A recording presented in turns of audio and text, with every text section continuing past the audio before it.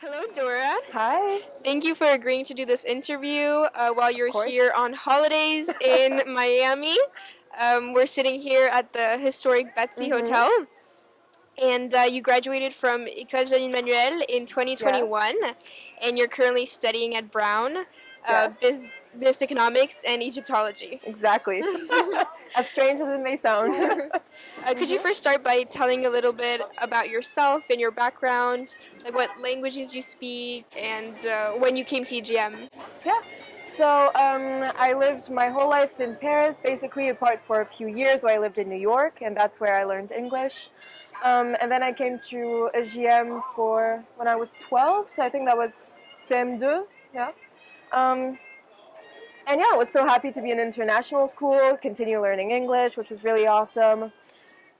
And then stayed for all of high school and studied philosophy and math, which was pretty nice, really fun. And then after graduation, decided I wanted to go back to the States, keep speaking English, have that international aspect to my education, and that's why I wanted to come to Brown. So yeah, it's a bit. I don't know what else for background, No, no, but it's perfect. It's yeah. great. You mentioned the spécialité you took Uh huh. with this new baccalaureate, this combination Yeah. that is quite interesting. I myself took HLP, so humanities, literature, philosophy, and math. Mhm. So, what made you want to take this? Did you have maybe an idea of what you wanted to study later? Yeah, so okay. So first of all, I had no clear idea what I wanted to study until I was like 17-ish, and again, still not very sure. Um, but I'm someone who loves art. I do a lot of art, painting, drawing.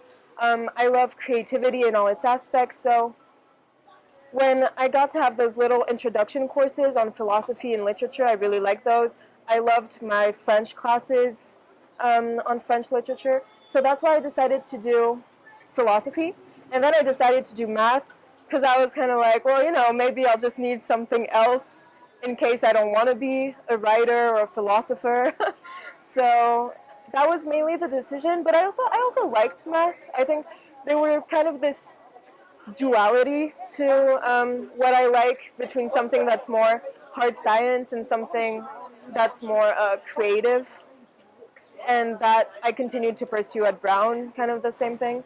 But initially, I actually wanted to study in an art school.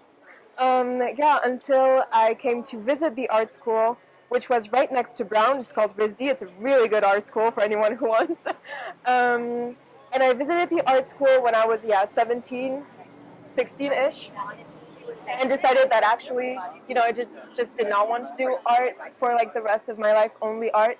And that's when I visited Brown and thought, well, oh, Brown seems really nice. I'll apply there. Um, but yeah, the choice of the major themselves weren't very much linked to any career, like future career decision, because I didn't really know. It was just, what do I like doing, and I want to do what I like, because I'm very much in a spirit of do what passionates you, because otherwise, if you just end up being bored in class, it's not worth your time. So yeah. And was Egyptology something that you were interested in because of your background, or something, or like your own life? Well, Egyptology was when coming to Brown. I did not know I wanted to study Egyptology.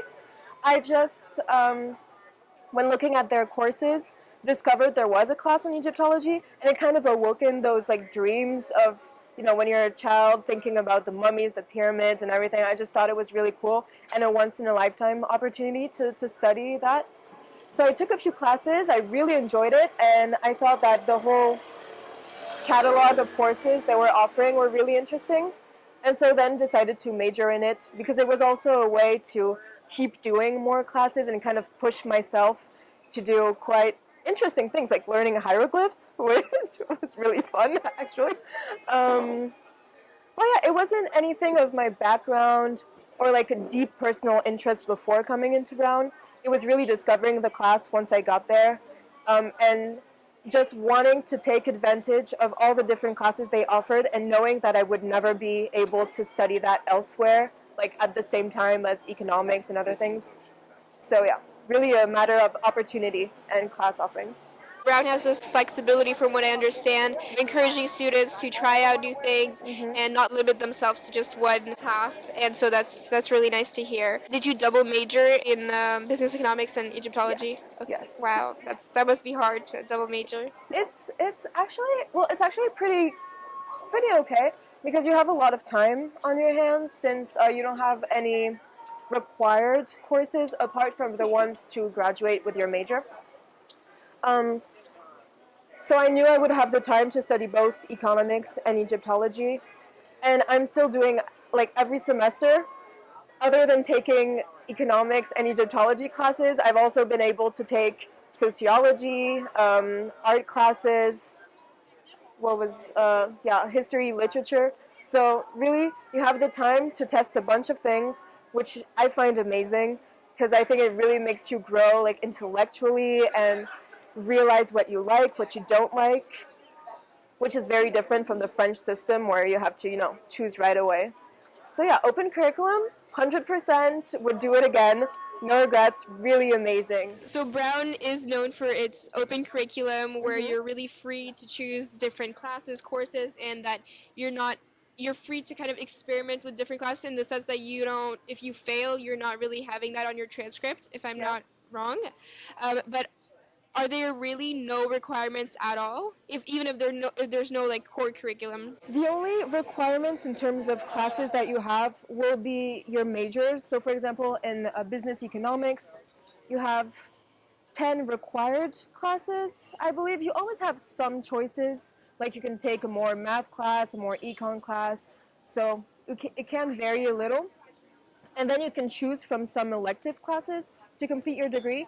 And then the only two requirements you have to graduate are what they call writ classes, which is a class that demands a lot of writing. So it'll be a literature class, but you have, like, I've taken 2 literature classes, which have been really good. You have some sociology classes that are also writ. So it takes quite some time because it's the type of class where you really learn to write an essay, which is a good skill to have. But that's the only 2 requirements, and it's very chill because, it's like 2 classes in a 4-year degree, so that's pretty nice. And then, so this is really the only requirement. And in terms of failing, not failing, you have 2 types of grades you can have. So it's either a letter grade, you can choose A, B, C, or you fail the class. And then you have an SNC grade, which is basically if you pass the grade, you have an S. And that can mean you either got an A, a B, or a C. It will just show up as S on your transcript. Or you have an NC, which means you did not pass the class, and it won't show up on your transcript. So, like, I, for example, am doing corporate finance right now. It turned out I'm not that good in corporate finance, so, I'd rather have an S than a B on my transcript, so I chose to take it SNC. But if there's a class where I know I'm going to really want to put in the work to have an A, or just feel like, I can really succeed in that class, I'll take it as an A. I mean, you can also take it and have a B, like, that's perfectly fine, of course. It's just your personal preferences. We could go kind of back to your time at École Emmanuel. Yeah. You did mention how you studied HLP and math. First of all, could you tell us what you studied before in première? I studied political science. So HGSP. Really nice. Okay. Yeah. In terms of extracurriculars, what you would do outside of classes, what kind of activities did you do?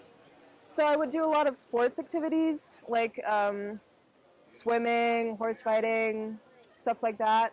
I also participated in a class of speech. Yeah, speech class that was organized. It got canceled. It lasted 2 years. Madame Hubert? We I think had Maxence Madame Hubert. told us about this. Yeah, and we had another guy actually. It was really funny. He came into a class, I think we were in Spanish class or something. He burst into the classroom and was like, "Do you want to be able to tell your parents that you should go out tonight and to stand up to your parents and know what to say?" So everyone was like, "Oh yes, we want to." And so that's how he got all of us to participate in his speech class, which was really fun. And then he left for some reason after 2 years. But it was really nice. That really taught me a lot of skills in terms of talking, even presentation. Because today you do find a lot of people that have trouble presenting aloud to a crowd, which is a skill I think is really required for success in a way. And then other extracurriculars, a lot of drawing on my free time, a lot of painting. And then during COVID, a bunch of students really gathered up to do some little, like not a club, but I guess a website to help any children that were feeling kind of left out with their parents that were working at home. So we would do little entertaining videos, whether it was cooking classes, drawing classes, things like that, which was really fun. Oh, and then I also participated in the, comment ça s'appelle déjà? Printemps des jeunes auteurs. Yeah, I would be an illustrator for Printemps des jeunes auteurs, which was really fun for like 3-4 years in a row. Yeah, that was a great experience. I think that's pretty much it. Maybe a few other little things on the side. Can I ask about like standardized tests? Because I know for the U.S. SAT is important. You know, how was your experience with this? Do you have like a piece of advice for students about this? Of course, pass it as many times as you can. Because, you know, sometimes it's just this one time you get a really good grade that stands out from like the rest of the grades you usually get. That's what happened to me, which was really nice because you always have a test that feels simpler to you than the previous one or the one after that. So take it many times. Don't be overstressed about it. I had some friends being very super stressed about the exam, doing a lot of like workshops on the side, and with the university workload, it was just too much to handle, I think, all at once. So yeah, like work for it, but do it like in a healthy way and try to pass it as many times as you need. Take the time to do so and then take the best grade to show on your transcript. I got 1460, I believe, and I passed it like 3 times, and the 2 other times I got 1380 or something like that. So that's why I say like do it multiple times. There's one time you're gonna have a higher score. So yeah.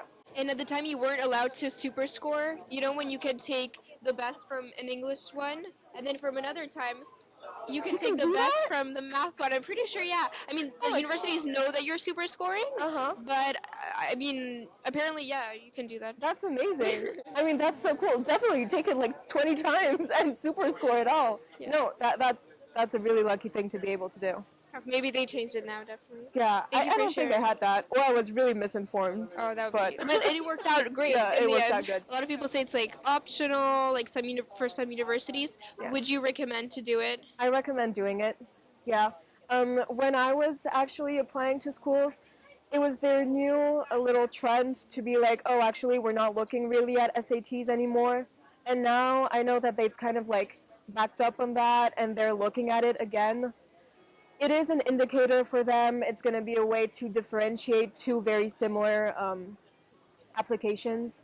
So I definitely recommend doing it, especially for anyone at EJM. If you're applying to the US and you're French, it's a good way to show that you have the English level, because they do get a little bit stressed out about the fact that international students might not have the same English level and requirements as American ones. So yeah, definitely recommend doing it. For my essay, I initially wrote something that was very literal, very towards philosophy, and then changed it to try to write something that was more about me, my personal experience, but also reflect the way I kind of like view the world and what I like. So at that time it was really art and speech and working with friends on some projects. So I talked about an experience I had working along one of my classmates on his website for the Resistance. It was a competition for the Resistance via websites. And I would do all the recordings for his website and do all the illustrations. And so we were in the same art class, and I had this memory of him training me to read the text in a very narrative voice. In the art room, like on top of a chair or something.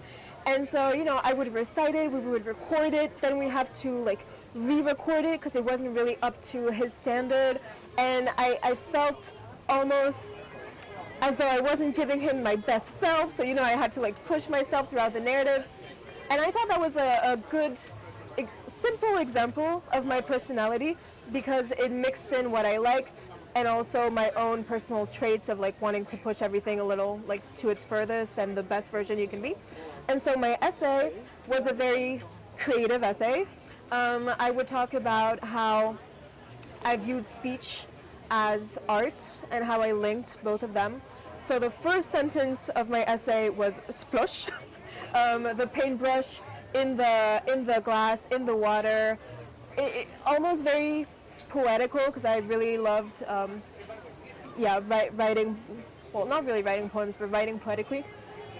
So I would analyze like how the paint would go into the water and how I related that to speech, how painting was actually building a structure. Just like in a speech, you have to build your ideas and then add the details, just like you add the details in the drawings. So I was really building upon that experience and then making it a little bit fun in my own way. Like I would say how I was standing in an audience of chairs, and so the chairs would be looking at me, like kind of something really a bit far-fetched, but again, that kind of showed my creative side, and it was fun doing. I think, one also rule, if you're having fun writing it, it will be fun to read.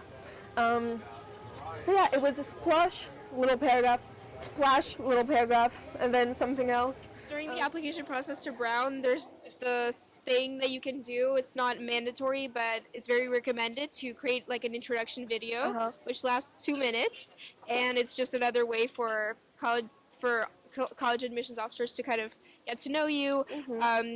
Did you do this, Dora? And can you tell us a little bit about maybe how you made this? Yeah. So for me, it was optional. I don't know if it's still optional. It is? Okay.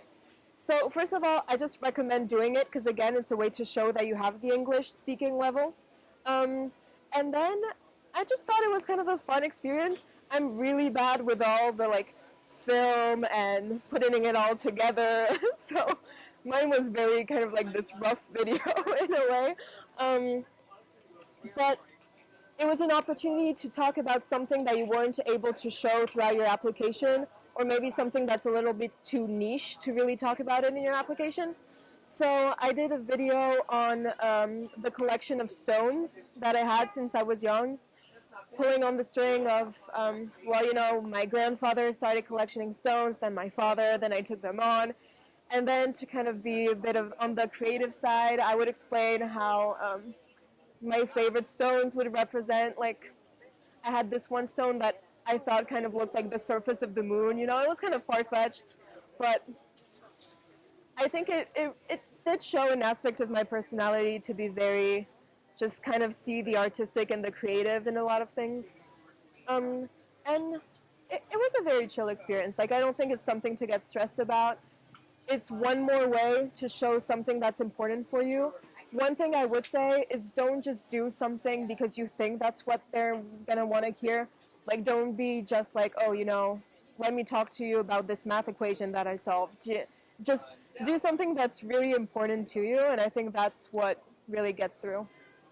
And I think you mentioned how you weren't really good at like filming stuff. From what I've kind of read about, they're not really evaluating the way that you edit it or you film it. It's really about kind of the message you want to share, and that it's very sincere and authentic to you. Oh yeah, definitely. I mean, I rewatched my video. I stumbled upon it, this year. Rewatched it. I mean, it was horrible. It was I would do like some little effects, when you think you're cool, and it really isn't. But so yeah, the putting it together part is really not that important. Just the message behind it. Do you have like a favorite class you took? Ooh, favorite class I took? I have several for different reasons. I had one sociology class I took that I really loved because it was more on the philosophical side of also the power that words have on your interpretation of society. So we would read like Hannah Arendt. We would also read a lot of social experiments that were done to really understand the behaviors of people, which I recommend looking into. It's really interesting to see how we behave as a society for some strange reasons. It's kind of funny. I loved my hieroglyphics class, even though I kind of forgot it like 2 years after. It was really, really interesting to be able to learn hieroglyphs and then being able to read the hieroglyphs on some artifacts. I had a friend studying medicine that took hieroglyphics class with me as well. So you can really take it even though you don't have any background in Egyptology. And then I love some of my art classes. I took an art of the book class where we would learn to create books, which was really nice. So yeah, very far-fetched. I also liked my econ classes. The more normal, in a way, classes were amazing as well. Professors are great. So yeah. Are you involved in any like activities on campus? Any clubs at Brown? So I joined the Fashion at Brown Club because it was a way. Well, you can do it in a very you can do it in a very serious way, where you participate in creating like fashion collections, which is really fun for anyone who likes that. I mainly got in the club because I wanted to have access to the studio and be able to do like some sewing on my own free time, and then you can like learn some stuff also and like teach each other techniques. There's the Nelson Gym at Brown, which is really cool. So there are a lot of like gym classes you can take, Zumba, Pilates, also a bunch of different stuff, a bunch of sports club you can participate in. So that I took advantage of. And then most of what I do on my free time is really painting in my room. I like to describe my room as like a little art studio where there happens to be a bed in it, you know. So yeah, that's what I do most of my free time. But I have a bunch of friends implicated in a lot of different clubs. Like there's clubs for every taste and anything you want to do, and you can build your own club too, which is pretty cool. So You mentioned your room. Do you have a roommate? I had a roommate my first year, which was quite an experience. But then the other years I did not. The whole rooming experience, your first year you're assigned a roommate. You don't have a choice. If you're lucky, you get in a room with only 2 people, yourself and the roommate. If you're a bit less lucky, it's a 3-people room. So I got into a 2-person room, which was really good. And then the rest of the years, you participate in this kind of lottery to choose your rooms. So given the time slot that the lottery gives you, you can choose from the rooms you like the most and have the most chance of getting in. So I was pretty lucky with the other rooms. We had some like good things with friends. And today, for my 4th year, like most senior students, I live off campus. So you have a lot of apartments, and we're in a 7-people apartment, which is really nice apartment. Really changes the way you kind of like go about your year. So that's pretty nice. But yeah, I have some people that had a really good roommate experience their first year. Some people like myself that had a less good roommate experience. But you know, they try their best to put you together. And even if you don't really like your roommate, I mean, there's so much happening around you that's really not the first thing your head goes to. And like it didn't really bother me that much. It's just some good like stories to tell your friends afterwards. But that's it. It's experience. Yeah, it's an experience. It's part of the thing, you know. And I guess because I asked you about what you're involved in on campus, you're not part of a sorority. Is it a big thing at Brown? No. Sororities and fraternities are definitely not a big thing. You have a few that are very community oriented. So yeah, it's more about culture and community culture, and you have houses built upon that than really sororities like you find it in the movies. I know some other schools really depend on it more. Brown is very more distant from that aspect, which I prefer personally. So yeah, I guess if you really plan on being part of a sorority, maybe Brown isn't the best like sorority experience you could have. But then again, I mean, I wouldn't really be able to say. So Right now, you're finishing your undergraduate, your 4 years at Brown.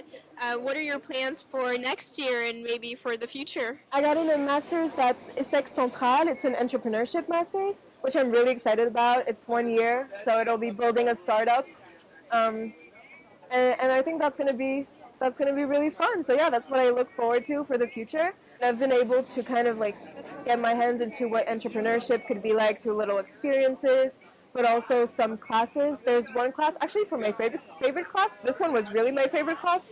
It's a management class called Engine 90, which I recommend to anyone.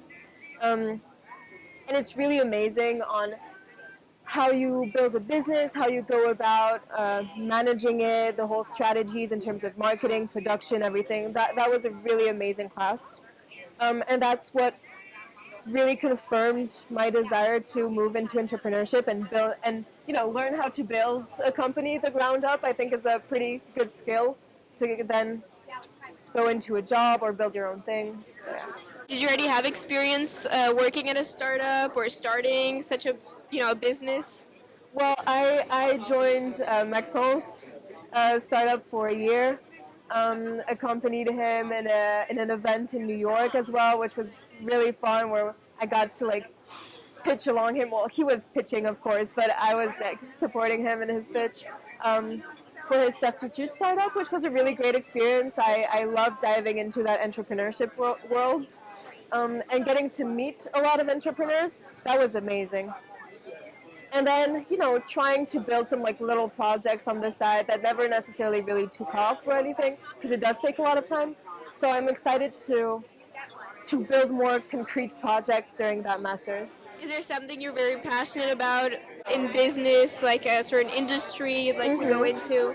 Well, I'm very passionate about creative industries. So any business where art is really essential, yeah, in its doing, whether it's a service or a product. So I really like the world of communication around creative industries. So how do you create a storytelling for a collection, for a service, for a product? I think that would be nice. My plan would be to kind of like build something around that. I think there's something to do there. And especially knowing how everything is so digitalized today, I love anything that's very artistic. So I got to, like, in New York, there's this one really cool place where they have all these vintage posters of vintage, like publicity. And they were amazing, like the most amazing posters you ever saw. Like I wanted to buy one and have a Campari poster in my room. Like that would not happen today, And I just thought it was kind of sad that we don't really have that anymore. So I would love to find a way to incorporate more really an artistic feeling in communication. So yeah, but then again, we'll see. No strict plan, but that's kind of like where all the paths of creativity, art, business kind of led me, I guess. Who was your favorite teacher at École Jeanne Manuel? Madame Yavari, all the way. Alright, I loved Madame Yavari. I think it's so cool to have a teacher that really loves teaching. I asked her for my recommendation letter. I kept in touch a little bit with her during high school. So I was so happy to see my sister having Madame Yavari as well. So it was really good. Yeah, I'm very lucky to have her this year. I had her in seconde and now in HLP Terminale, and I do attest that she's super passionate and extremely talented. It's so fascinating everything she tells us about. So definitely on my list of favorite teachers too. Yeah, she really wants you to succeed, which is something that I find really good. And I think when you find professors like that, it's really nice to try to keep contact with them, and because they'll always be useful for you in your future as contacts. They're here for a reason, so they're passionate for a reason. And also very important to let them know, like you said, like keep contact, because sometimes you might really love a teacher, but they don't even know about it, and they'd love to hear it, definitely. Yeah, and the teacher might like love you as well, as a student. So they might. Or not. Or not. No, yeah, definitely keep in contact. And then that's something, it's actually a good skill to have. Something where it's kind of like a skill also to really create contact with the professors.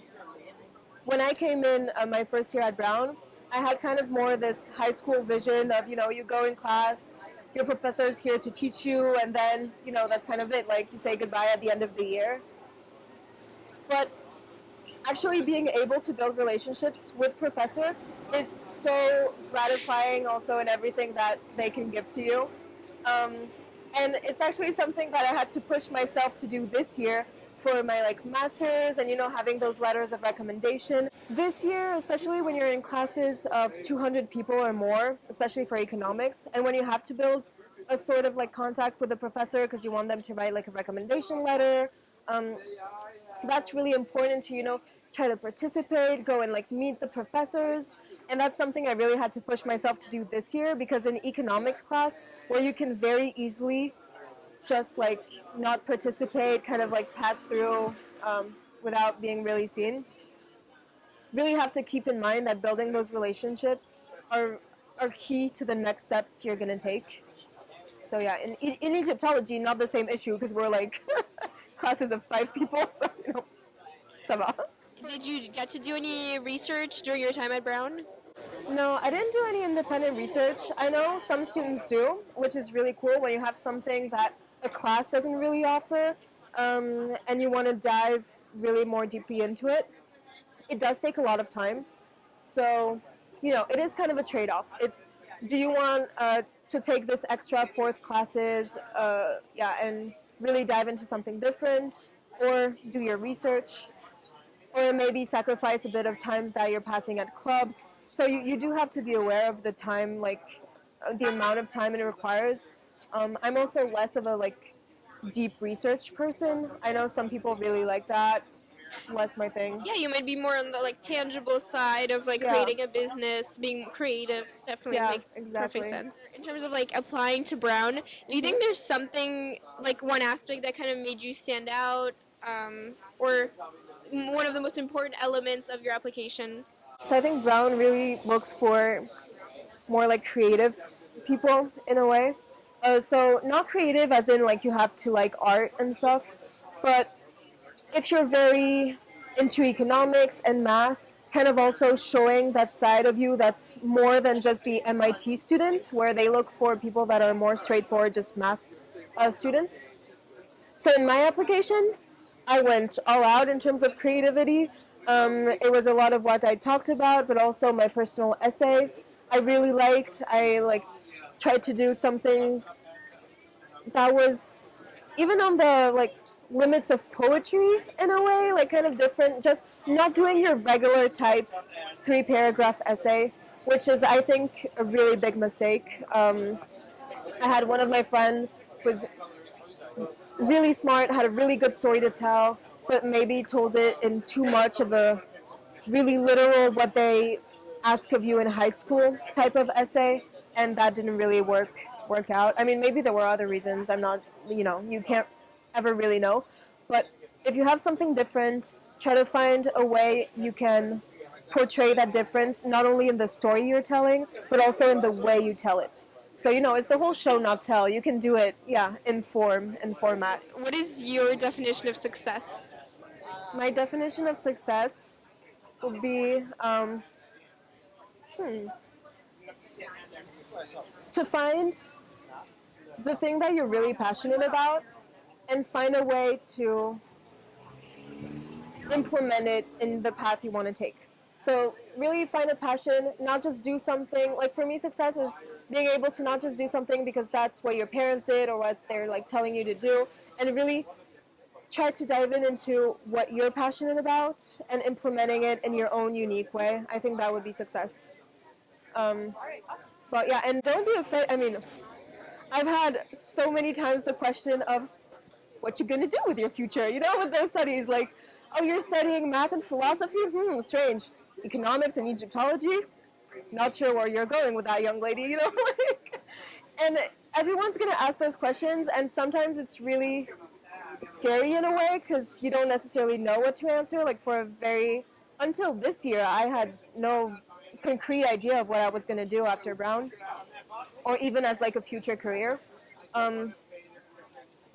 So yeah, being confident in the fact that you have something you're passionate about, you have an idea, even though it's not as concrete and a precise job title that someone might expect you to, just be able to say out loud.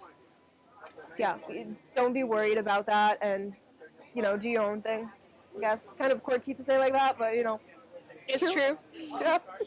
Well, thank you so much, Dora. It was great talking to you. Thank you for sharing your story. I'm sure it's going to be very inspiring for a lot of younger peers. I hope, and if anyone needs, any questions, I'm happy to answer. Also, for Brown, for EJM, for anything.